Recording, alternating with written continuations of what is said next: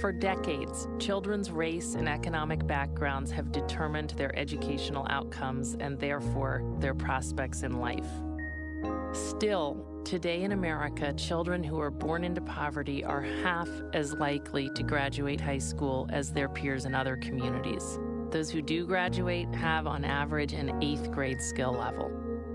We call this injustice educational inequity. Our leaders have long recognized that we simply have to correct it, but in our zeal to solve the problem quickly, we have often oversimplified both the causes and the solutions. There have been breakthroughs. One class would separate from the pack. Most people saw these as exceptions, the product of charisma, one-off miracles. It turns out they weren't miracles at all. Today, a growing number of extraordinarily successful classrooms and schools are putting their students on a completely different trajectory.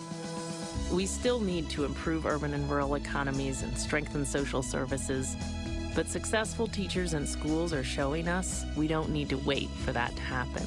Instead, we can and must embrace a new mandate for public schools in economically disadvantaged communities to provide transformational education. Education that fundamentally alters students' academic and life prospects. Now the task is to bring success to millions more children across whole districts. There's reason for optimism. Today we see evidence of substantial progress in places many had given up on. Places like New York City, Washington, D.C., New Orleans, and the Rio Grande Valley in Texas. There's nothing elusive about what it takes to provide a transformational education.